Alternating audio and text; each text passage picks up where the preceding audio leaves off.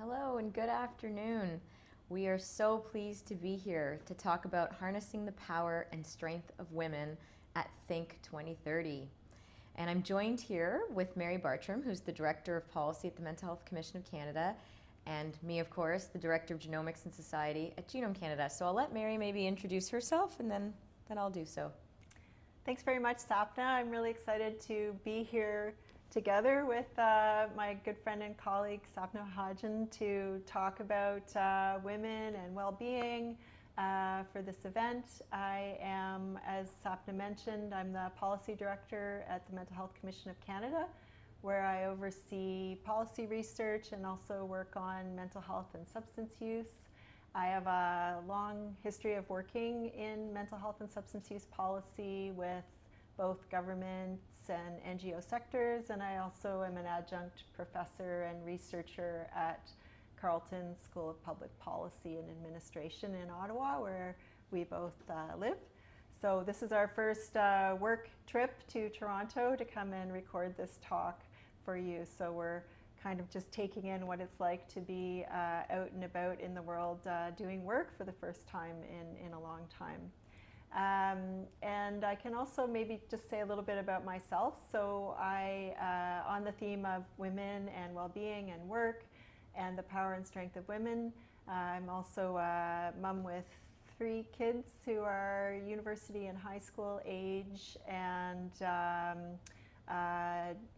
provide care and support for them. And also my parents are kind of a mix of very independent and a little bit less so. So I'm definitely in that sandwich generation in my personal life as well. So back to you, Sapna. Tell people a little bit about yourself. She's really awesome though. So. Well, Mary kind of is a trailblazer in the field of mental health, and I was lucky to work with her at the Mental Health Commission for about a decade. And then I just moved to a new field of genomics and really excited to be doing it. I am also a mother of 3, but they are 6, 4, and 1, so it's a chaotic, busy life right now, nonetheless very exciting. So let's get started. What are we going to talk about today?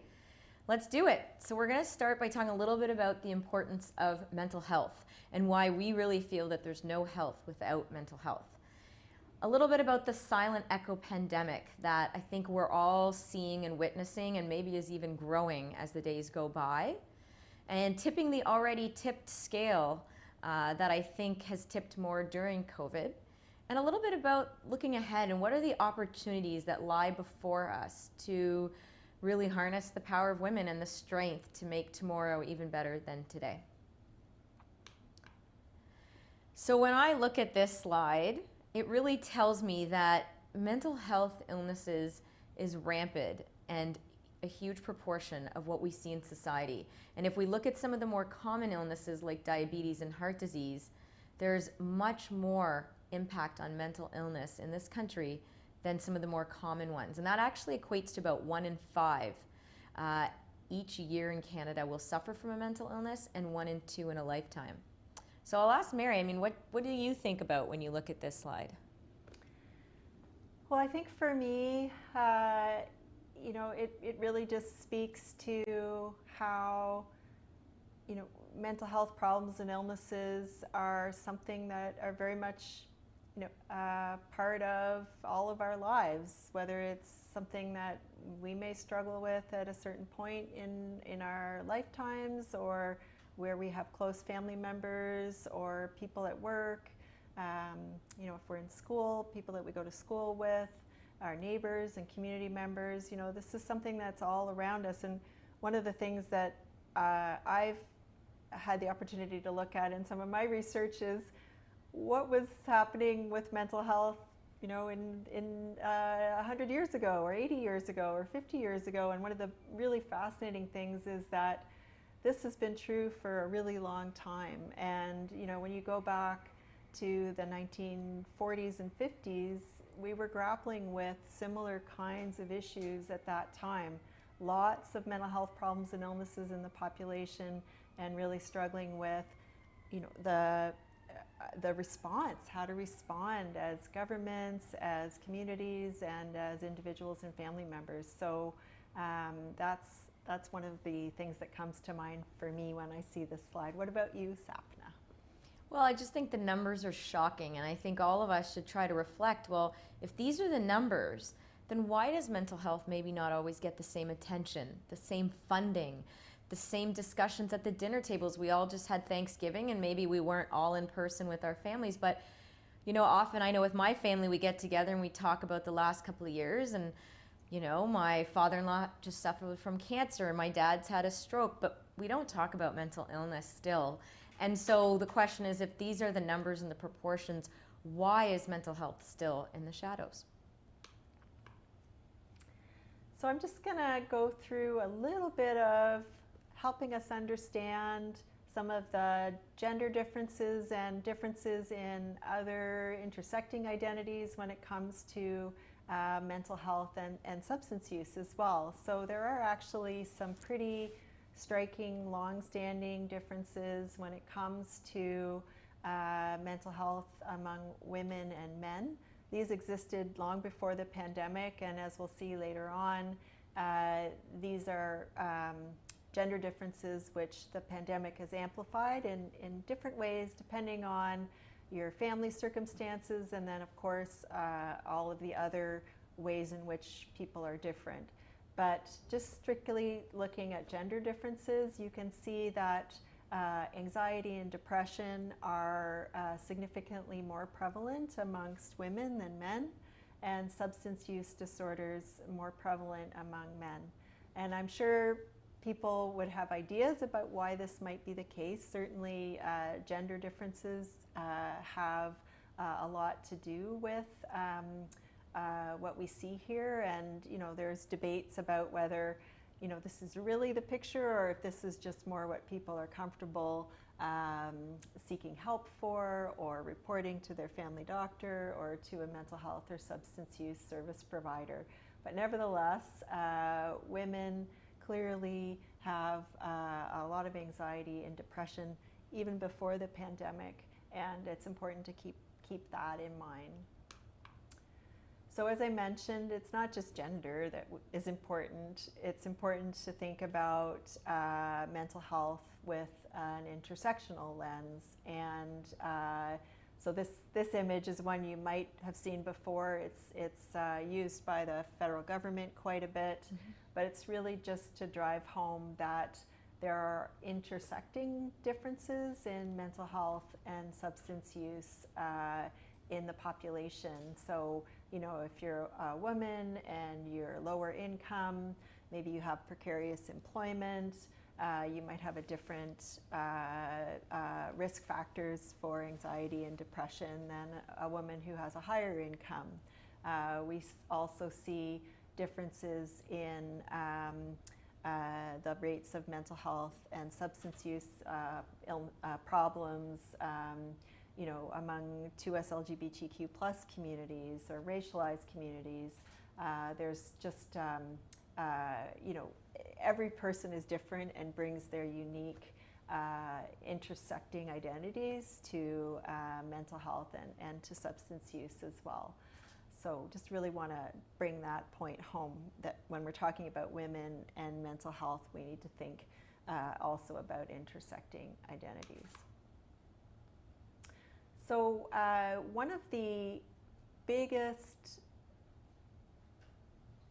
pieces of research and information, the biggest facts that's really helped to bring a lot of profile to the mental health impacts on society before the pandemic was the impact at work.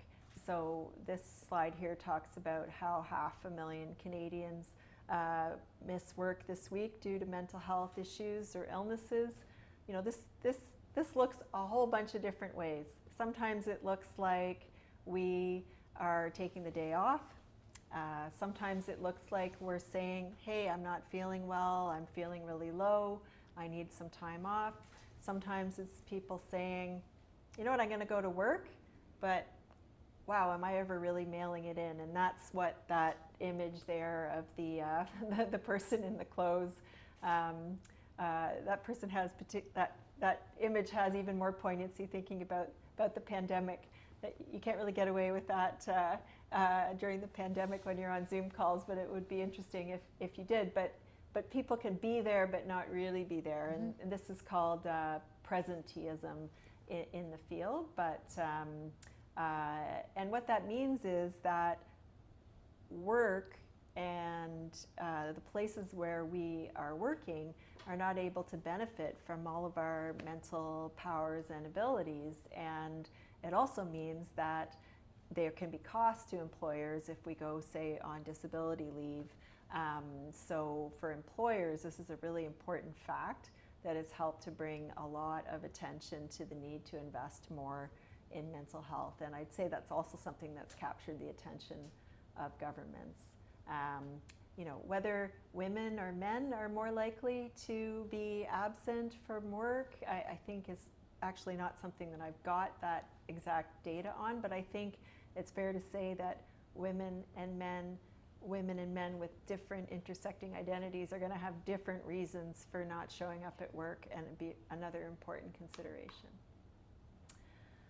So another dimension of the impacts of mental health on society before the pandemic is that often people don't seek care. So sometimes it's because care is not available, and that's still a huge issue, as Sapna already mentioned, with you know, long time gaps in funding and so forth.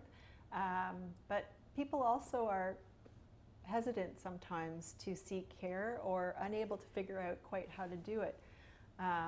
So we see here that, you know, when we're talking about barriers to help seeking, that less than half of people with mental health issues, this is before the pandemic, were seeking care. That this was even lower among racialized populations, but higher among women. So regardless of ethnicity, women are still more likely to seek help than men. And I think we see that across healthcare as well. It's not just something that we see in the mental health sector. So all of which to say there's a lot of complexities to keep in mind when thinking about mental health, women, work, and so on, even before the pandemic. So what do you think are the top reasons why people don't seek mental health care? So we can't do the poll right now in real time, but we wanted to put it up anyways to say, you know, get you guys thinking, people who are tuning in, what do you think are the top reasons why people don't seek mental health care? Is it fear of what others will think? Is it a simple preference to manage on your own? Affordability, you can't afford it. Wait lists seem to be too long. You don't know where to go for help. Or maybe you don't trust the healthcare system. So what we've seen in research is that preference to manage by oneself is really the top reason why people with mental health needs don't seek care.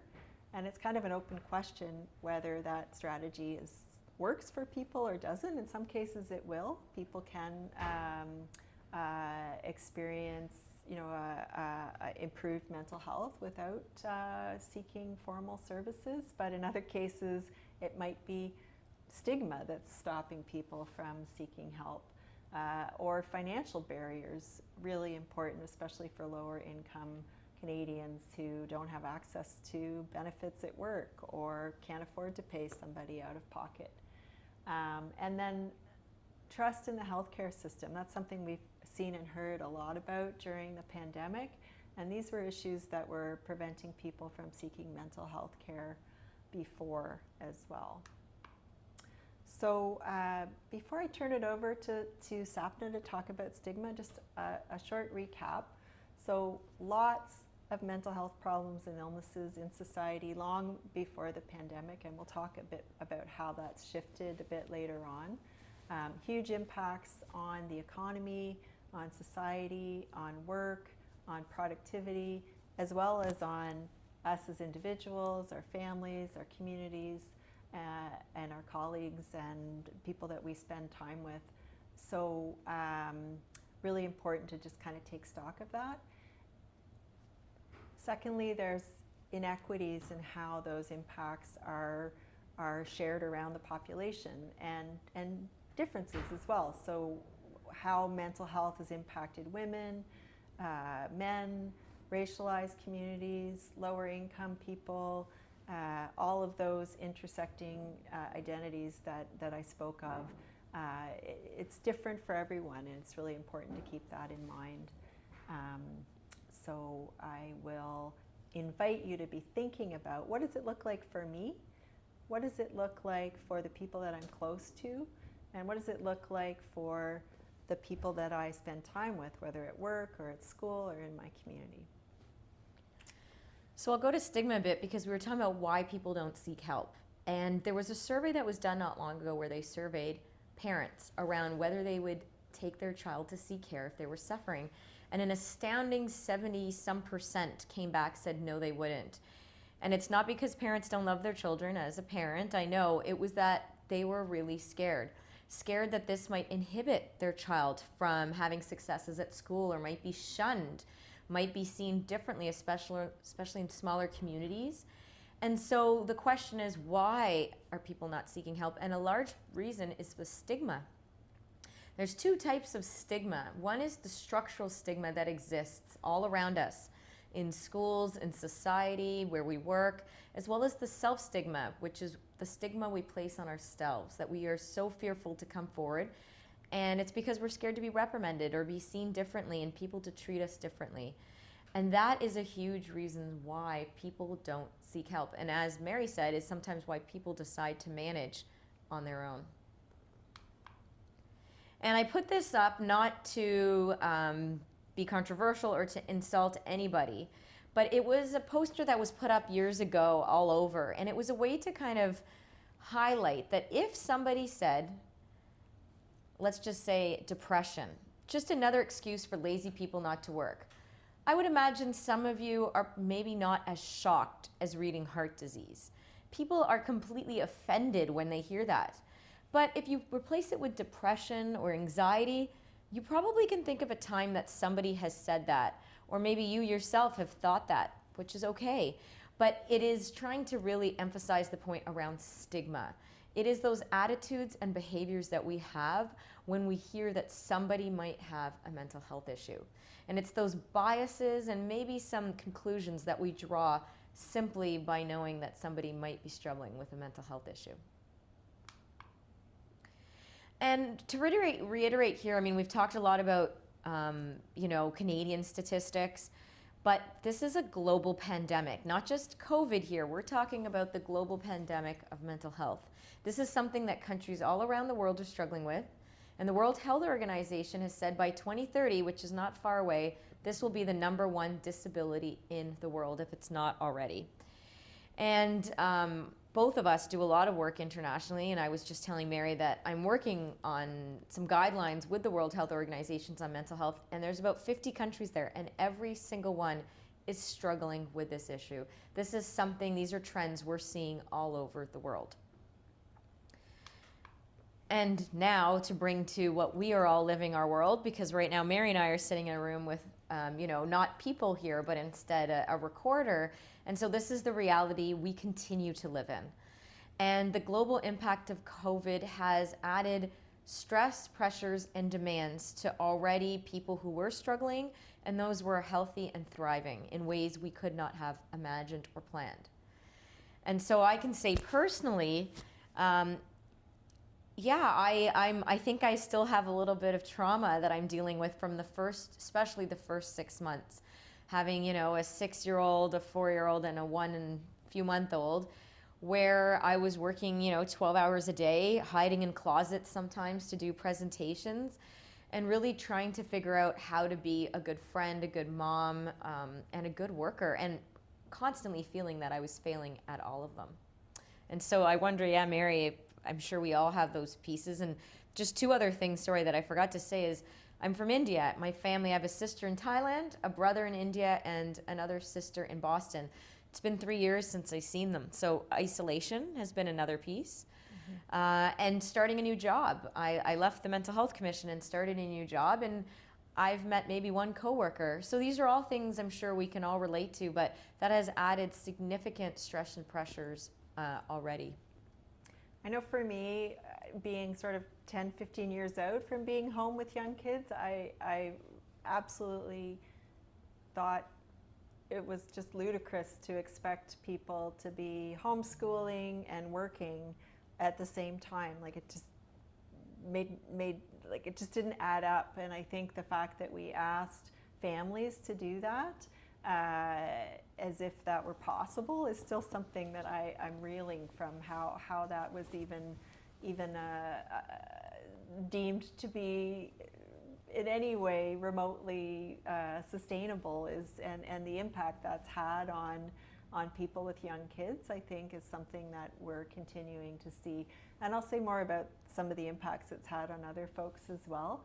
I know for me, I've got one kid who was starting university last year at the beginning of the pandemic, was able to go to residence, but sitting in a room with Zoom calls all day long, having to wear masks to go into the hall, to go do laundry, not being able to explore around Montreal, all of that was, and just the stress of, worrying about that situation. I mean, she did well, but it was a very weird year. And then I have an older child who's still taking online classes, and this is his third year of university. He's hardly going to have had any kind of normal university experience, and that isolation, and just it's just been a really tough time for young people, and being a parent of people who are in that phase of life. It's doesn't affect me in the same way, that stress, but it's been a hard time. And then being isolated from parents. So I have family in Vancouver, my mom's there, my dad is in Richmond Hill, not far from here. And not being able to see them has been really hard for them and for us as well. And being able to provide that kind of caregiving support in some cases has really put a lot of stress on caregivers who are taking care of older family members. So, it all has added up to quite a bit of stress and strain. And I think we're all still kind of recovering and taking stock of some of this. And frankly, there's, if I didn't have a job, or if I'd lost my job, or if I had less income, if I was new to Canada and not able to speak English or French, and not able to kind of get that, like there's all kinds of ways in which the experience of the pandemic has been amplified for a lot of people in Canada and globally as well, and both the direct impacts of the pandemic and COVID-19 itself, but those secondary mental health impacts as well. So what did this mean for women throughout the COVID-19 pandemic? And this image here around the tipping the already tipped scales, I think, is an apt one. And we certainly saw the stressors in the pandemic. And here's another poll. So what do you think about this? You can just kind of reflect on this as you're listening.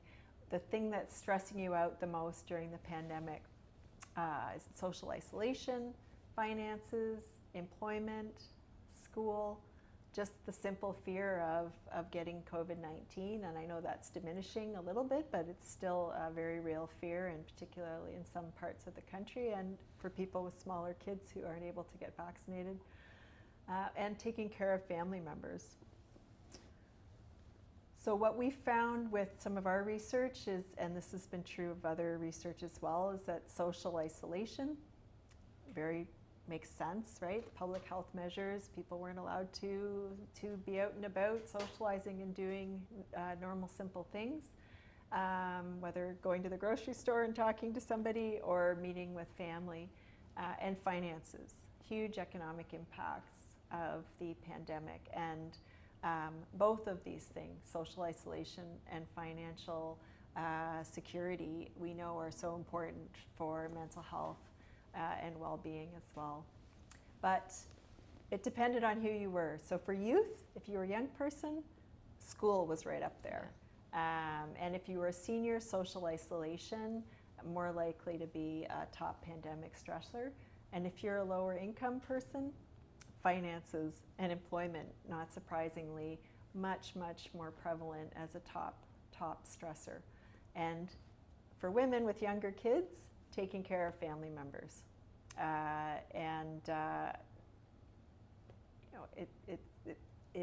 When we look at women with younger kids and men with younger kids, it was definitely much more prevalent for women. So we've seen that from research before the pandemic, throughout the pandemic as well,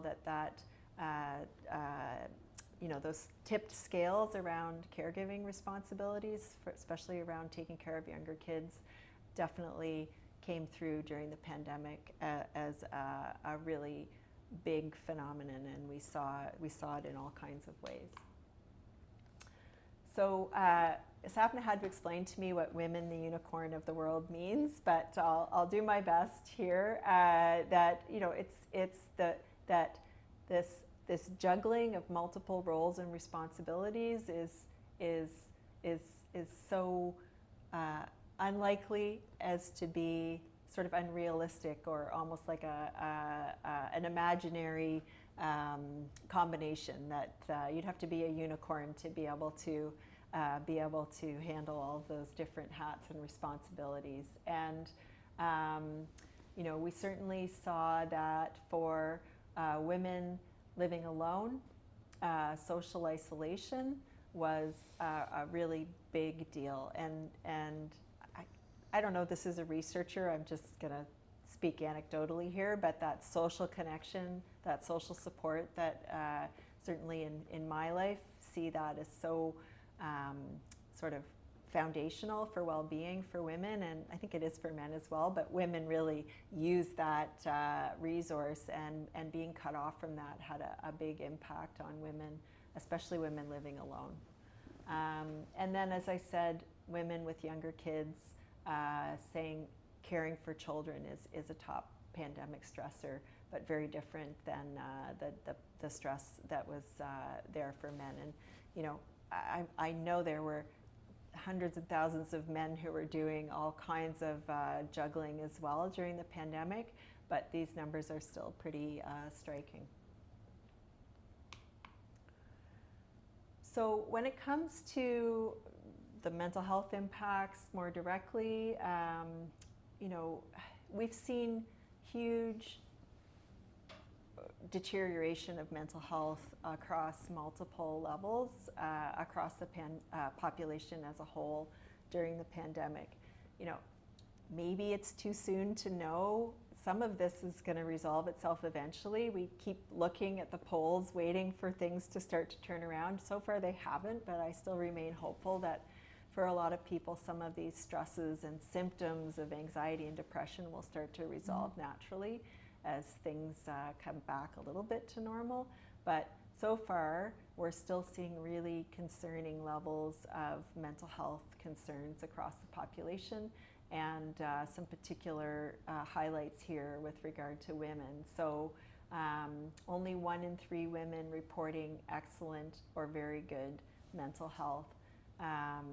1 in 3. So before the pandemic, this would have looked more like, 4 out of 5.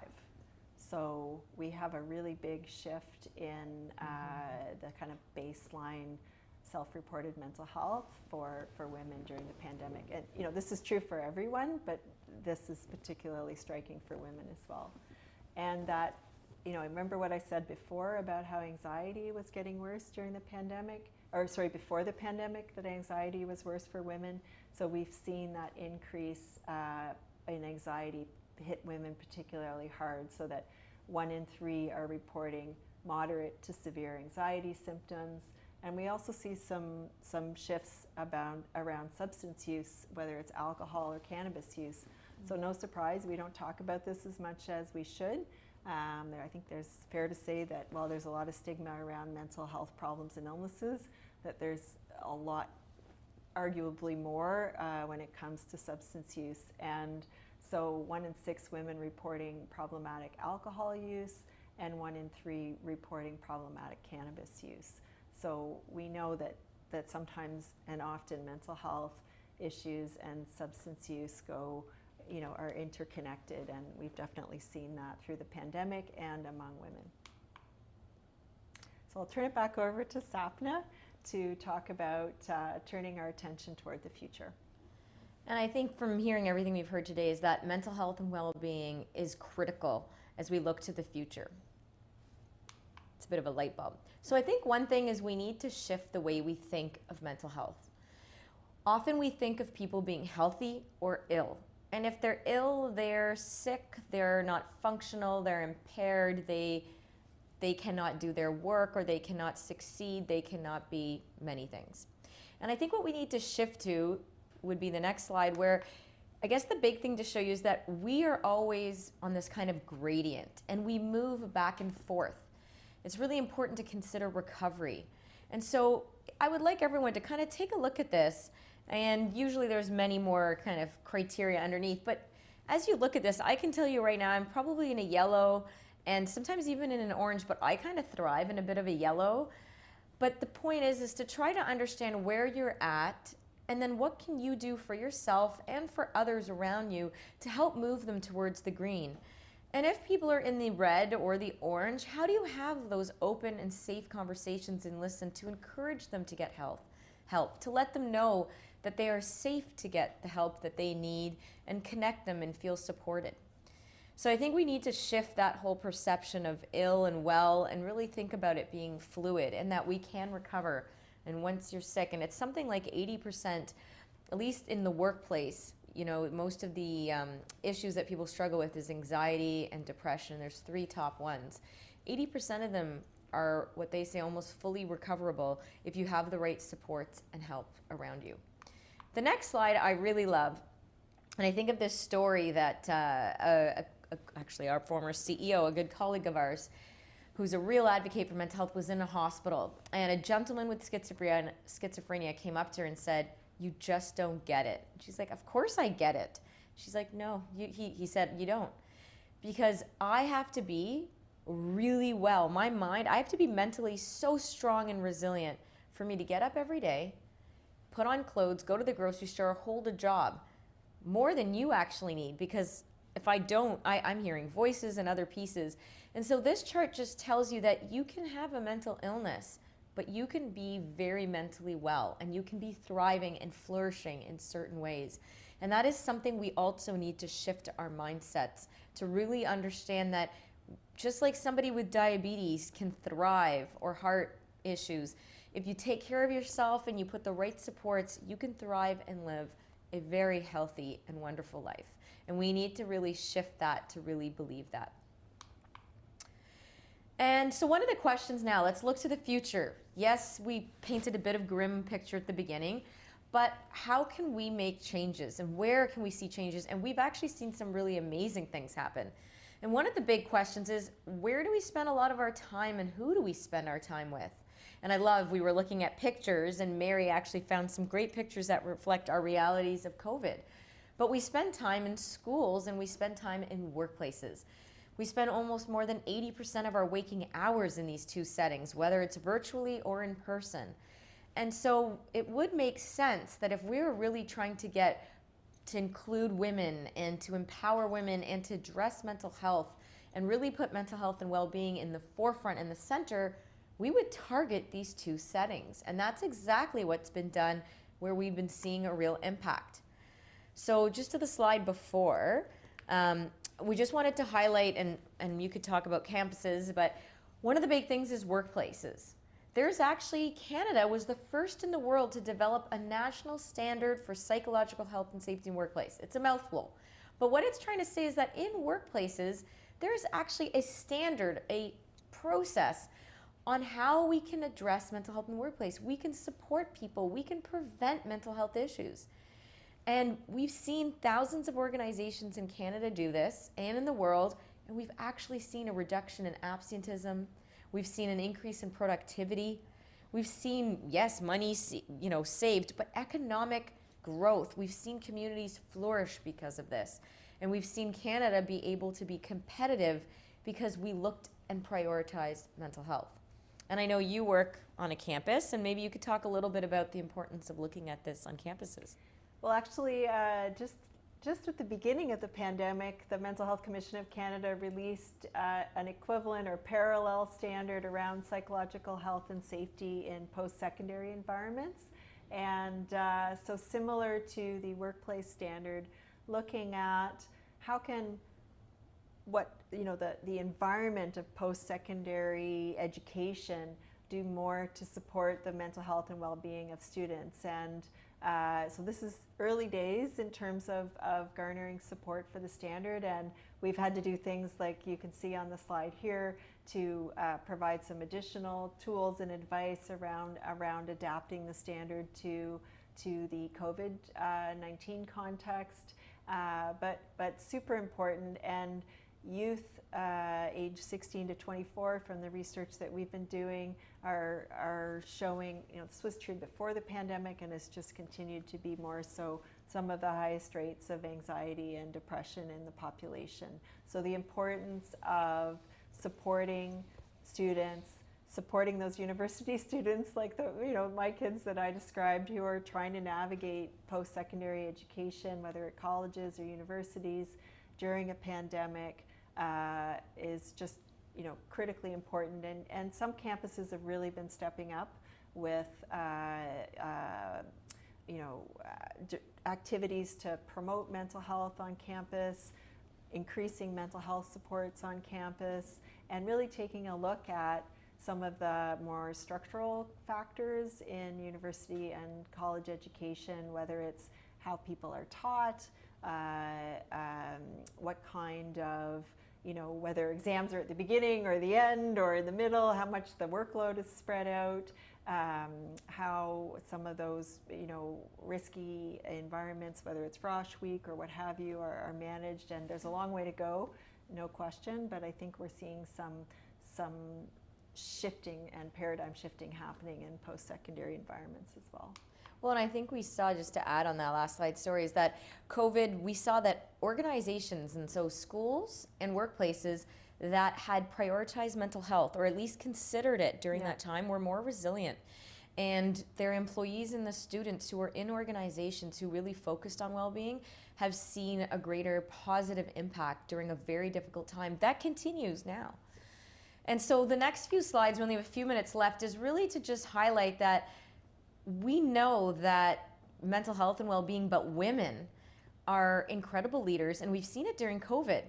And they've seen that women tended to collaborate instead of being individual, collective versus crass. They had sound decision making, and some of the best leadership we've seen, not just at the most head of the state level, but even at mayor level and MPs, have been actually women, and this has been analyzed quite a bit internationally. And so the next slide really is talking about looking ahead. And so this whole Think 2030, conference and event has been talking about the innovation and our growth and looking to the future. There's some major disruption happening as we look to the future, whether it's AI, it's how we work, it's how we think of families. There's a lot of significant changes, I would say, that are accelerating right now. Innovation, creativity is at the center of it. As someone who works now in genomics, where we are looking at my focus is AI and quantum, and just how genomics can change the world and address climate change, food security, and health. What we need more than ever are people's brains. They are the greatest asset in the future. We need people to be creative. We need people to be innovative.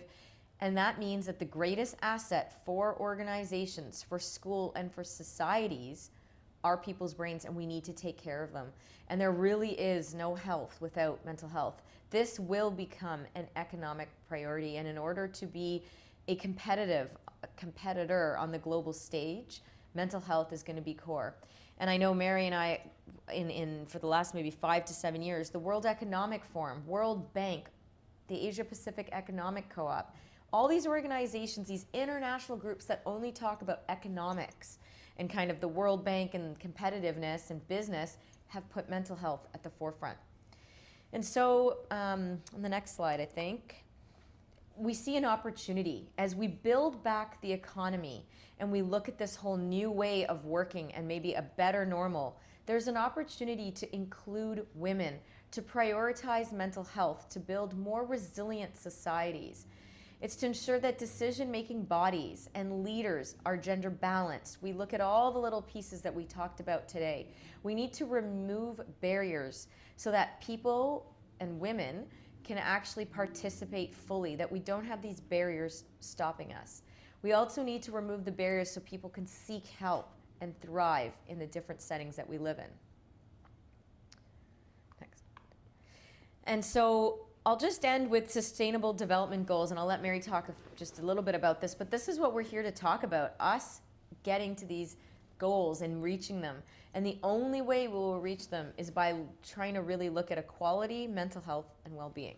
So I'll give you the last word, and then we'll open up to questions. Absolutely. So I think in terms of the goals here, that you'll agree that all of these goals are interdependent with mental health and well-being and with gender equality as well. So each one advances the other, and we need to, as we think about the Sustainable Development Goals and as we think about them through the lens of pandemic recovery, that mental health and well-being and gender equity and equity across all those other intersections that I talked about, we need all hands on deck to address some of the challenges that we're facing globally, within Canada, in our workplaces, families, and as individuals too.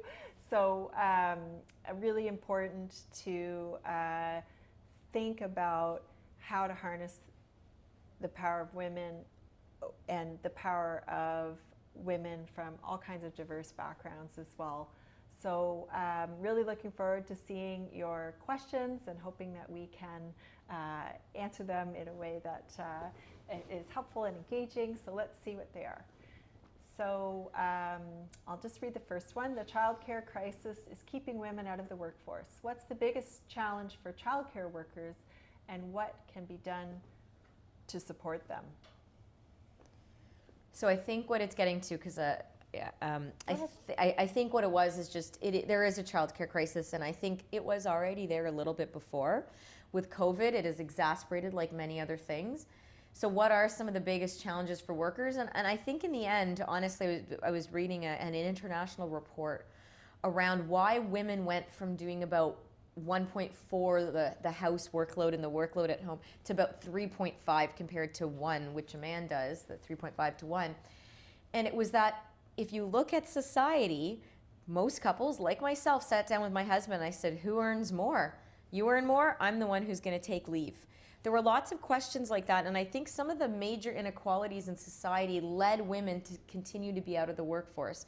So it is a childcare crisis, but it's also these underlying issues that exist. And women just did not have the flexibility, and women actually leaned back during it. So I know lots of women who were offered promotions or ways to move up, and they said no.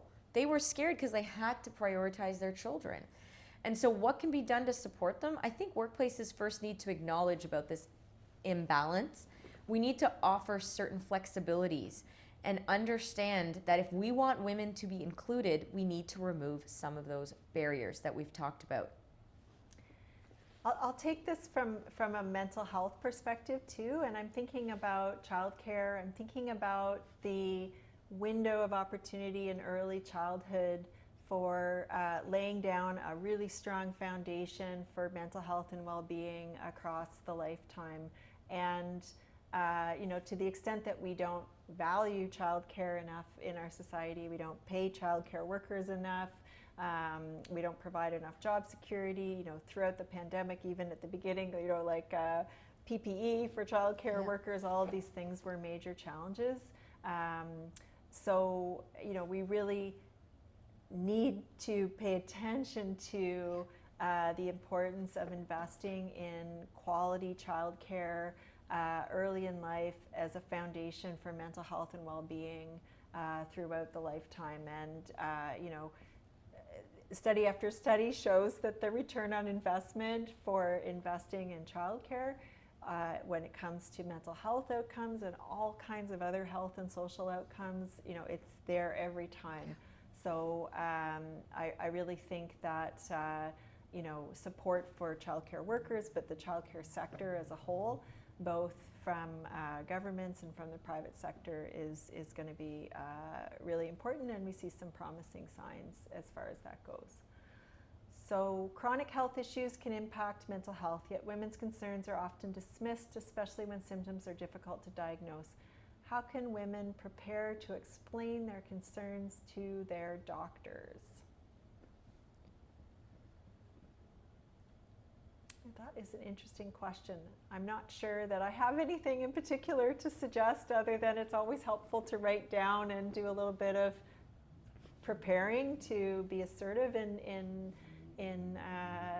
encounters with medical or healthcare providers, to make sure that your concerns come across well. But that puts a lot of the onus on women to address this challenge, and I think that we also know that there are major gaps still, and I think we're making some progress, but still major gaps around bringing that sort of gender lens to health research. And the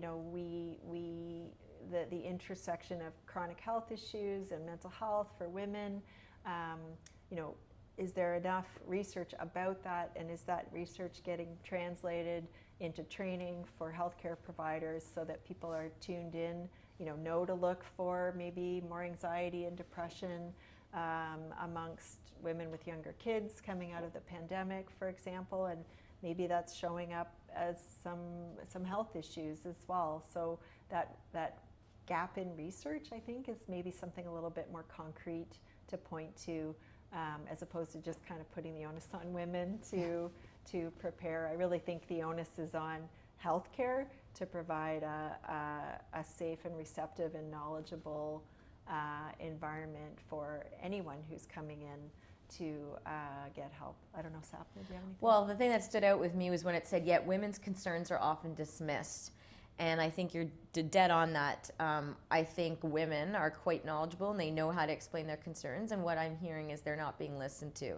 And this speaks to the whole deep-rooted stigma. And when we did a survey across the country, we saw that it was actually healthcare workers that had the greatest stigma among patients.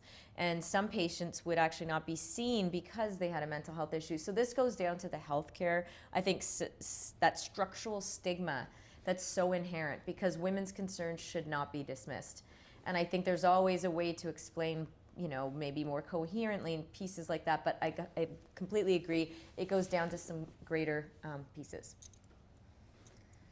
Do you want to kick us off? Sure, final questions. So we've just got 1 minute left, so we'll do final question, which is, our policies need to support a range of modern and diverse family structures.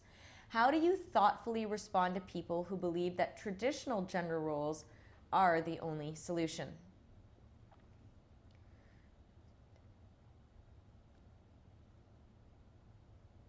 So, I think the first thing to say is that I think with any evolving way of thinking, because I think our thinking is constantly evolving and changing, there's always people that I think would think of more traditional ways.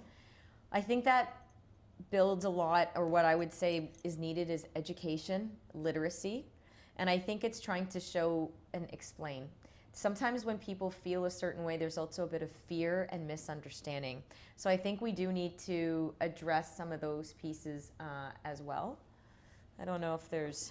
For me, it's not so much traditional or untraditional family structures. It's this concept that I mentioned earlier, that you just can't take care of kids and work at the same time in the same house without there being some consequences. That taking care of children or your parents or your neighbors is work, and it's not something that can be done off the side of everything else without people getting pretty stressed. So it's not, I mean, I personally, obviously, I'm a professional. I'm working. I've had kids and worked at the same time. So I've, you know, for this question, that's like not a traditional gender role in that sense. But to me, really the answer to this question is we need to understand that caregiving is work, and that is, you know, whether we're approaching our lives from a traditional gender role perspective or a less traditional perspective. If we don't acknowledge that caregiving is work, then we're putting a burden on families that, you know, just needs to be addressed. Well, and I think here where it says who believe that traditional gender roles are the only solution, well, let's show the value of having women in the workplace, the value of having different kinds of roles and traditional. We need to show the value and the competitive edge and the productivity and all those pieces that bear weight if we have it. I think the last slide might have our contact information on there. It does, yes. And some of our Twitter information. So please reach out if you have any questions, want further information. Absolutely. So thanks so much for your attention. It was a real pleasure to do this with Sapna, and we hope that we've helped to engage you in thinking about, you know, what the intersection of women and mental health and work and the pandemic, some of the key issues that we're facing as we head into, you know, the second half of 2021 and beyond. So thank you very much.